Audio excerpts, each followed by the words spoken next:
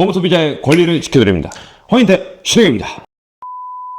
우리가 길 다니다 보면 그 데이케어 센터, 그 다음에 주야간 보호센터 부터 해가지고 이제 방문 요양, 방문 목욕 이런 업체들이 너무 많아지는 것 같아요. 이게 진짜 본격적인 우리나라 고령화 시대가 이제 도래됐다고 보는데 요새 그래서 각광받고 있는 부분이 이제 장기요양에 관련된 보험인 것 같습니다. 네. 그래서 흔히 네. 고객님들, 이 영상을 보시는 시청자 보신 분들도 네. 구별을 좀 하셔야 되는데 네. 간병인 보험이라는 게 있고 네. 그다음에 이제 재가 시설 네. 이런 보험들이 있습니다. 네. 그러면 간병인 보험이라는 건 어떤 거냐면 네. 여러분들이 아프거나 다치거나 했을 때 네. 병원에 입원을 해서 네. 간병인을 이용할 경우에 이 비용을 보장해 주는 보험이 간병인 보험이고 그렇죠. 이거는 오해하면 안 되는 게 노인이든 뭐 요양 상태는 이거랑 관계가 없어. 전혀 상관없죠. 이거는 애도 되고 내가 뼈 부러져가지고 20대 젊은 청년도 다 간병인을 쓸 수 있는 거야. 네. 그러니까 이거 완전 별도의 영역인 거고. 네. 네. 오늘 말씀드리려고 하는 거는 네. 기준이 있습니다. 네. 65세 이상이 넘어가게 되면 네. 몸이 불편하거나 뭐 네. 이제 6개월 이상의 어떤 다른 사람의 도움을 받아야 되는 이런 상태에 처했을 경우에 네. 그 몸의 상태에 따라서 나라의 지원을 받을 수가 있습니다. 네. 그리고 65세가 안 된다고 한다면 나라에서 정한 노인성 질환, 보통 알츠하이머나 기타 혈관성 치매라든가 이런 몇 가지 질환들이 있는데요. 이런 게 해당됐을 경우에 또 마찬가지로 나라의 보조를 받을 수가 있습니다. 그렇죠. 그런 보조받는 행위를 했을 때 보통 우리는 크게 두 가지로 나누는데요. 하나는 말 그대로 재가.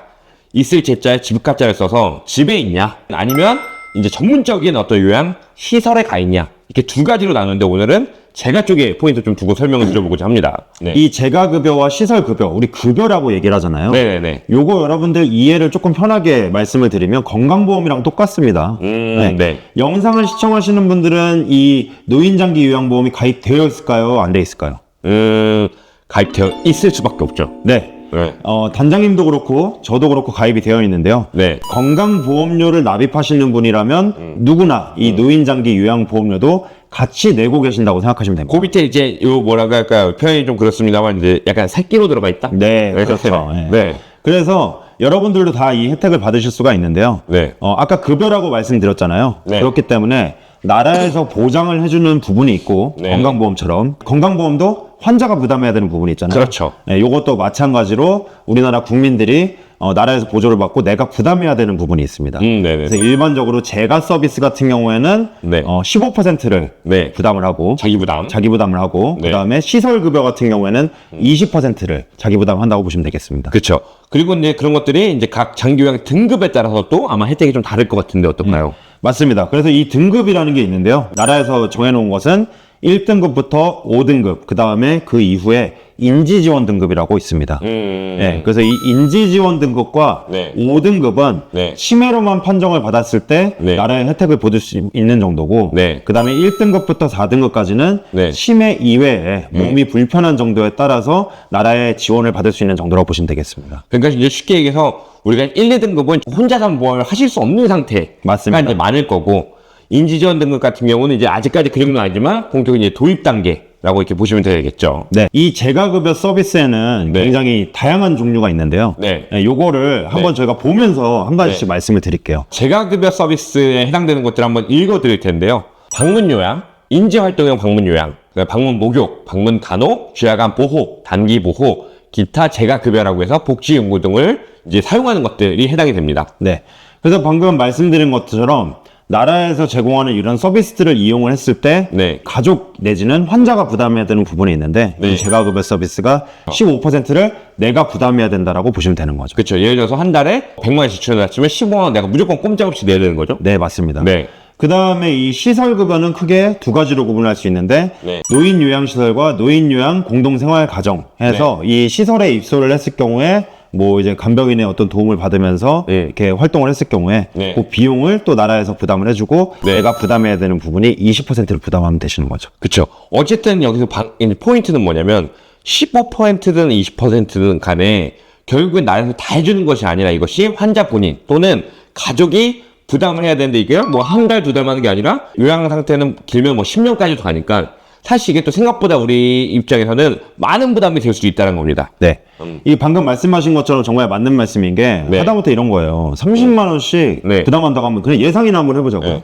그럼 12개월이면 360만 원이에요. 그쵸. 10년만 해도? 3,600만 원. 그렇죠. 네. 네. 근데 이게 30만 원씩이면은 30만 네. 원만 들어가요. 뭐 하다못해 그냥 뭐 사다 드리고 뭐 이것저것 챙기고 교통비하고 이렇게 하다 보면은 진짜 네. 더 들어갈 수도 있단 말이에요. 맞죠. 그 다음에 또 방문 요양 같은 경우는 요양보상 선생님이 오시게 되면 그 시간이 정해져 있고 그 시간을 뭐 늘리거나 했을 때는 또 내가 또 자부담도 늘어나고 그거로 인해서 발생하는 부대비용들이 많이 있으니까 사실 나라에서 많이 지원해줘도 왜 민간보험이 필요하냐면 이런 부분들이 계속 결국엔 보호자의 어떤 고정적인 지출로 올 수밖에 없기 때문인 겁니다. 네, 맞습니다. 일반적으로 여러분들도 마찬가지일 거예요. 사실 재가급여를 저는 재가급여 이용할 것 같아요. 그죠? 네. 네. 왜냐면 몸이 불편하고 뭐하고 이런 거 다 필요 없고 네. 내가 시설에 입소를 해서 뭔가 도움을 받느냐 아니면 네. 이제 집에서 요양보호사가 와서 날 도와주고 이제 그거를 보전을 받느냐라고 했을 때 아무래도 제 마음은 집에 있는 게 좀 편할 것 같긴 합니다. 그쵸. 그리고 이제 제가 많은 그 고액분들, 청구도 많이 도와드리고, 실제 고액분들 많이 뵈면, 보통 제가나 이런 거 신청하신 분들이 뭐냐면, 80대, 90대 노부, 그 다음에 자녀분들이 60대예요. 자녀분들이 사실 그 노부를 보살필 수 있어도 이제 체력이 붙여서 못 하거든. 그러니까 이렇게 시설에 보낼 정도는 아니야. 또는 이런 경우도 있어요. 이제 재산이 좀 있어. 잘못 보냈다가 그냥 사회 공헌하시겠어. 그럴 수도 있죠. 그런 경우에는 자식들 입장에서 그들 부모를 챙길 수 있을 때 이런 서비스들을 활용을 하고 내가 자기 부담금을 내더라도 사실 모실 수 있으면 서로가 이제 양쪽이 다 좀 편할 수 있는 거죠. 그렇기 때문에 되게 필요한 지출인데 누군가에는 이 지출들이 고정적으로 되기 때문에 계속해서 부담이 되고 이렇기 때문에 민간보험이 필요하다는 거죠. 네. 네. 그래서 이 담보들은 사실은 여러분들이 보장받기가 굉장히 좋으신 게 어떤 거냐면 네네네. 방금 아까 말씀드렸다시피 1등급부터 5등급 그 다음에 인지지원 등급이라는 게 있다고 그랬잖아요. 네네. 보험회사에서 보험금 지급 기준을 판정하는 것이 아니라 네. 나라에서 여러분들이 등급 판정을 받으시면 그 등급 판정서를 보험회사에다가 제출했을 때 보험금 지급의 근거가 되기 때문에 네. 아무래도 여러분들이 조금 더 객관적이구나라고 이제 안정을 취하실 수가 있는 거죠. 그렇죠. 이건 등급만 나오면 되기 때문에. 네. 건강권은 광고 심의 기준을 준수하였으며 유효기간은 12일로부터 1년입니다. 그래서 이 담보를 오늘 몇 가지를 설명을 해드릴 건데요. 일단 일반적으로 1에서 5등급이 있고 그 다음에 그 아래 인지지원 등급이라는 게 있다고 네. 그걸 말씀을 드렸습니다. 네. 그리고 그 안에 서비스가 굉장히 나열이 여러 가지로 종류가 되어 있고요. 그렇죠. 그러면 일단은 가장 낮은 게 1에서 인지지원 등급까지인데 네. 이 1에서 인지지원 등급만 재가급여 네. 이렇게 보장해준다 그러면 네. 너무 보장받기가 쉬우니까 네. 사실은 보험회사들이 1에서 인지지원 등급은 보장 내역을 조금 찢어놓은 것이 그렇죠. 1에서 인지지원 등급 판정을 받고 네. 복지용구를 이용했을 때 보장을 해준다거나 네. 1에서 인지지원 등급 판정을 받고 쥐약암보호센터를 이용했을 때 보장을 해준다거나 네. 이렇게 담보가 좀 구분이 되어 있고 네. 그 다음에 그 위에서는 1에서 5등급까지 재가급여 서비스를 보장을 해주는 그쵸. 이런 담보가 있고요. 네. 그 다음에 1에서 5등급까지 시설급여를 보장해주는 서비스 이런 네. 담보가 있고 그 다음에 1에서 5등급까지 네. 복합 재가급여라는 게 있습니다. 네. 이 복합 재가급여 같은 경우에는 실제로 복합 재가급여 서비스가 있어요. 네. 이 복합 재가센터라는 곳이 있는데 네. 이곳을 통해서 재가급여 서비스를 이용했을 경우에도 보장받으실 수가 있고 네. 내지는 각자 다른 곳을 이용해서 내가 이 재가급여 서비스를 이용하되 네네네. 적어도 2개 이상의 재가급여 서비스를 이용했을 경우에 또 보장을 받으실 수가 있습니다. 쉽게 얘기해서 어르신을 쥐약암보호센터에 좀 보내드리고 복지용구까지 구매한다. 라고 두 가지를 한 거니까 복합재가가 해당이 되는 거잖아요. 네, 맞는데 복합재가에는 일반적으로 원래는 해당이 되는데 보험사에서 또 안타깝게도 네. 복지용구는 또 제외를 시켜놨기 때문에 이를테면 방문 간호, 방문 목욕 이런 것들을 같이 이용하는 경우에 네. 보장이 될 수가 있겠죠. 그쵸. 그러면 이제 결론적으로 여러분들이 어르신들의 어떤 장교양 그 재가에 관련된 보험들을 보실 때 뭐가 중요한 거냐면 등급이 1에서 인지지원 등급까지냐 아니면 5등급까지냐 아니면 어떤 것들은 1, 3급만 되는 것들도 있거든요. 그러니까 받을 확률이 넓어지면 넓어질수록 보장은 좋으나 비싸질 것이고 그 다음에 복합재가는 2가지 이상을 해야 되지만 일반재가는 1가지만 사용해도 되니까 더 받기는 더 용이할 수 있다. 이런 것들 기준으로 여러분들 어떤 가지고 계신 보험이나 알아보고 계시는 재가 관련된 보험이 있으시면 이런 기준을 가지고 판단해 보시면 좋다라는 거죠. 네. 네. 그래서 영상을 시청하시는 분들께서 또 주의하셔야 되는 것은 뭐냐면 네. 원래 우리나라의 등급이 1에서 4등급까지 있었던 게 아니라는 거죠. 그쵸. 원래는 2014년도 전까지만 해도 1에서 3등급까지 되어 있었고 네. 2014년도를 넘어서면서 이게 1에서 4등급까지 네. 이제 이 1에서 3등급을 조금 더 점수를 세분화시킨 거죠. 세분화시켰고. 네, 그래서 4등급까지 구분이 됐고 네. 그다음에 그 이후에 5등급과 인지지원 등급이 신설이 된 거거든요. 네네네. 그래서 더 낮은 부분까지도 이제 나라에서 보장을 해주도록 변경이 된 것이고 네. 그 다음에 오늘 말씀드리는 이 장기요양 재가급여, 그 다음에 뭐 인지지원 등급, 복지연구, 주야간보호센터 이런 담보들 같은 경우에는 정액 보장을 해주는 담보입니다. 네, 그래서 예를 들면 내가 30만 원을 가입을 했다. 네. 그 다음에 재가급여 서비스를 이용했어요. 네. 그러면 매월 30만 원씩 이걸 이용하고 나서 보험금을 받을 수가 있는 거죠. 그쵸. 예를 들어서 주야간보호센터를 갔다. 갔으면 월에 그 보장받을 수 있는 금액을 내가 10만 원 갚겠다. 그러면 10만 원이 나오는 거고. 네. 30면 30, 50면 50 이렇게 나오는 거죠. 네. 네. 그 여기서 또 주의하셔야 될 것은 네. 한 달에 내가 주야간보호센터를 하루를 이용한다 하더라도 그 금액이 나오는 거예요. 그렇죠. 정액 보상이니까. 네, 정액 보상이니까. 네. 그래서 그 부분 또 참고하시면 좋을 것 같고. 네. 아무래도 이제 저희가 체감했던 것은 재가급여를 조금 더 선호하시는 것 같아서. 네. 최근에는 이 복지연구, 인지지원 등급까지 보장해주는. 네. 그 다음에 주야간보호센터. 네. 그 다음에 재가급여. 네. 네, 그 다음에 이 복합재가급여를 네. 일반적으로 이렇게 같이 넣어가지고 설계를 하는 편입니다. 네. 네. 그래서 중요한 것은 과연 이 보험이 그러니까 우리가 1등급부터 3등급이 인지지원 등급까지 총 이제 6개로 세분화된 이제 연유를 살펴보면 사실 점점 이런 수요가 많아진다는 거잖아요. 그리고 이것들이 우리가 개인 입장에서는 또 부담하는 데 어려움이 있을 수 있기 때문에 사실 지금 시대에서는 이 재가와 관련된 보험을 민간에서 준비하는 것, 개인적으로 준비하는 것들은 매우 중요한 거라고 보고 또 준비를 하신다고 쳤을 때 내가 기존에 가입한 증권들을 보고 너무 어떤 담보가 좀 한쪽에 몰려 있다거나 아니면 좀 받을 확률이 떨어지게끔 설계되어 있다면 반드시 저희 상담 링크를 통해 가지고 한번 상담을 받아보시면 좋을 것 같습니다. 네.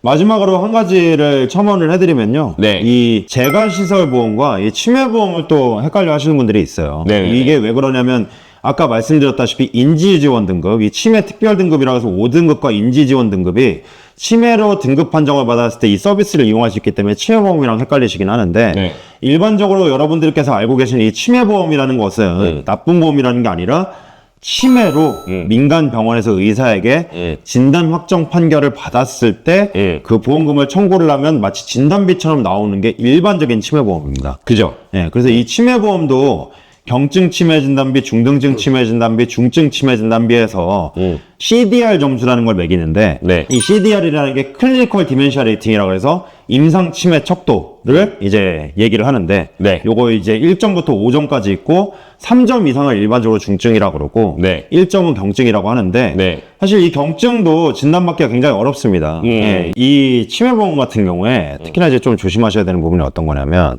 예전에 가입하신 치매보험 중에서 이런 내용이 들어가 있는 약관들이 있어요. 영상학적 결과지에 의해서 이 뇌의 이상 상태가 확인이 된 상태여야 치매보험을 지급하겠다. 근데 여러분들도 혹시 아실지 모르겠지만 경증의 치매 단계에서는 실제로 이게 MRI나 MRI를 통해서 확인되지 않는 경우도 있습니다. 네. 그래서 그런 경우에 또 치매 진단을 받기 어려운 부분도 있고 그 다음에 또 약관에 이 치매 상태가 90일 이상 지속되어야 보험을 지급하겠다라고 나와 있는 이 치매보험들도 있기 때문에 네. 실제로 치매보험 가입하셨을 때와 이 재가시설보험을 가입하셨을 때와 진단 기준과 보험금을 지급할 수 있는 기준들이 전혀 상이하게 다른 보험이기 때문에 혹시나 비슷한 보험이거나 같은 보험이라고 착각하시면 안 되겠다. 맞아요. 그래서 내가 치매보험을 들고 있는데 제가 들고 있어. 이렇게 생각하실 수 있다는 거죠. 근데 치매는 정확하게 치매에 특화된 보험인 거고 네. 여기에는 있는 뭐 재가시설이나 이런 것들은 앞에 조건부가 붙어요. 치매가 있는 장기 요양 상태 이런 식으로. 그래서 치매는 그냥 치매보험인 거고 전체적으로 이제 우리가 노인성 질환이나 어떤 장기 요양 등급에 해당이 되어서 여러 가지 이제 항목에서 받을 수 있는 것들은 이 재가 쪽 보험이 되겠다라는 부분입니다. 마지막으로 이것만 말씀드리고 끝내겠습니다. 이 재가시설보험이 굉장히 각광받는 이유 중에 하나는 뭐냐면요. 네. 사실 예전에는 이 장기요양 진단비라고 해서 등급 판정받으면 보험금이 정액으로 탁 지급되고 담보가 없어졌었는데 네. 지금 같은 경우에는 월에 30만 원, 50만 원을 내가 만기가 될 때까지 월 생활비 쪽으로. 네. 네. 등급 판정 받고 나서 만기가 될 때까지 보장을 받는다거나 아니면 등급 판정 받고 나서 10년 동안 보장을 받는다거나 네. 이렇게 두 가지 형태로 보장 형태가 주로 구성이 되어 있는데 네. 그렇기 때문에 혹시나 장기 요양 상태라고 얘기를 하잖아요. 네. 이게 무슨 얘기겠어요? 장기간 이어지는 거잖아요. 그렇죠. 네, 그래서 단기간이 아니라 장기간 이용했을 경우에 그 자기부담금을 보장을 받을 수 있다는 점에서 이 상품이 장점인 건데 특히나 영상을 시청하시는 분들께서 또 착각하시면 안 되는 건 네. 이것도 연금이라고 생각하고 가입하시는 분들도 있어요. 절대 그렇지 않죠. 절대 그렇지 않죠. 네. 네. 그래서 이 상품은 연금이 아니고 마치 연금처럼 보장을 받을 수 있는 좋은 보험이니까 네. 그 장점을 잘 활용하셔서 가입을 하시면 될 것 같습니다. 네. 오늘 영상 보시면서 나도 한번 점검해 봐야지 라고 하는 분들은 저희 영상 하단에 링크로 상담 신청을 주시면 저희가 친절하게 상담을 해드릴 거고요. 이거 외에도 오늘 영상이 도움이 되셨다면 좋아요와 구독, 알림 설정까지 해주시면 감사하겠습니다. 마무리하겠습니다.